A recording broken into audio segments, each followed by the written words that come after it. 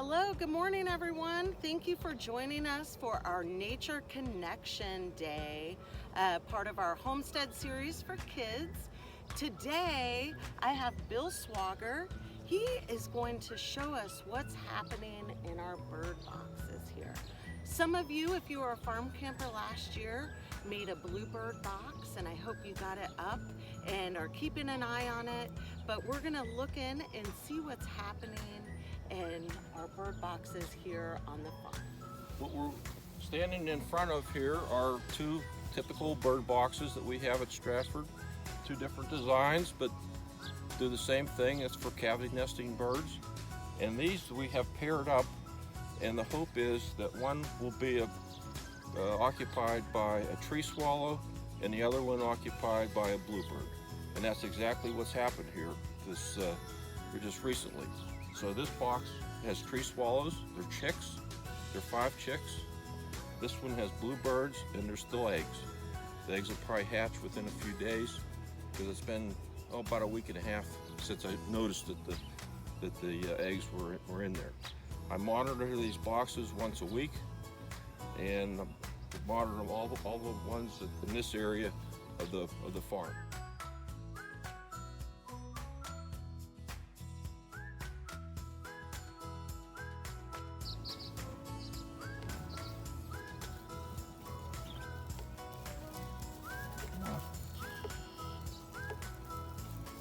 These are tree swallows.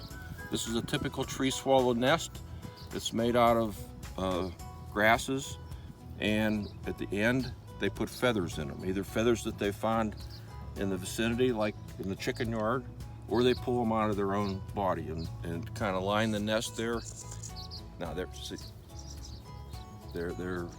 starting to get active now. There's 5 of them.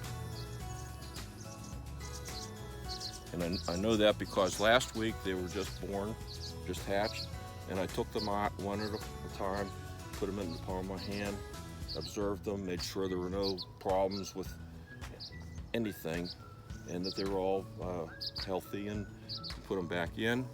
So, and they'll stay in the nest here, and the parents will feed them. Imagine, there's a lot of bugs that are going to support this family. And that's part of what we do here at Stratford, because we don't use any insecticides. So we rely on our bird population to take care of the insects. And so the tree swallows, bluebirds, the purple martins down at the pond. So all those birds take care of our, whatever we need to do for taking care of the insects. So Bill, it's okay to monitor them. Is there a time where when the chicks get older you should not open the box anymore? Next week, and that's why I keep notes. Okay. So I know what the status is from week to week. Right. Next week I won't open the box. Because the problem is when they get to a certain age, when you open the box, they're liable to come out before they're ready. Okay. And that's kind of a sad thing to happen because they'll land on the ground and they're not eaten by predators. Yes. So you got to, once they start to get close to fletching, leaving the box, you just leave them alone and you don't look in anymore.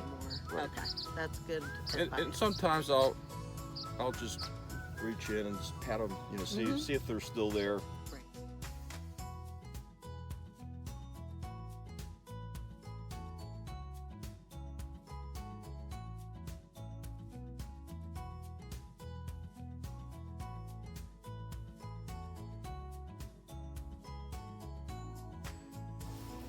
The eggs.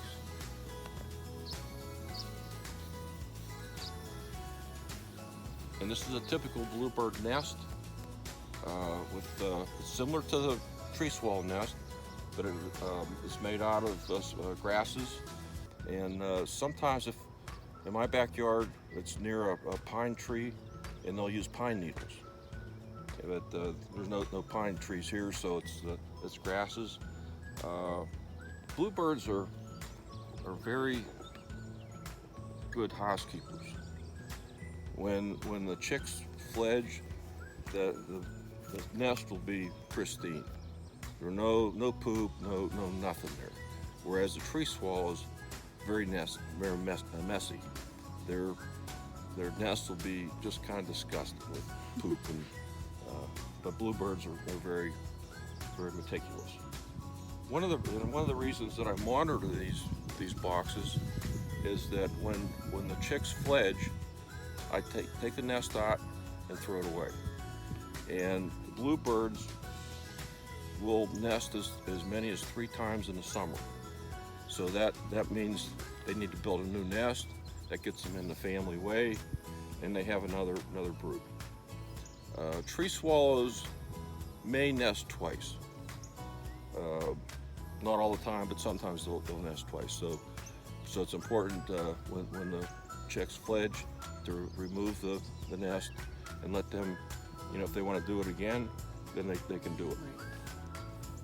All right, now we are in our animal barn, and the animal barn is a perfect place for our barn swallows to nest. Farmers love barn swallows, just like the tree swallows and bluebirds, because they too eat a lot of insects. So our barn swallows will use mud and some straw and make these nests up in the rafters, and which protects them from rain and wind and weather, and they'll lay their eggs.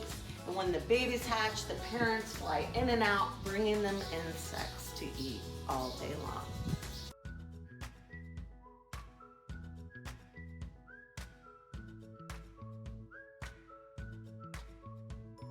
I am out in our prairie. This is an Ohio native prairie, which has all kinds of native plants. And in our prairie is the tree swallow grid. You can see all the bird boxes lined up here.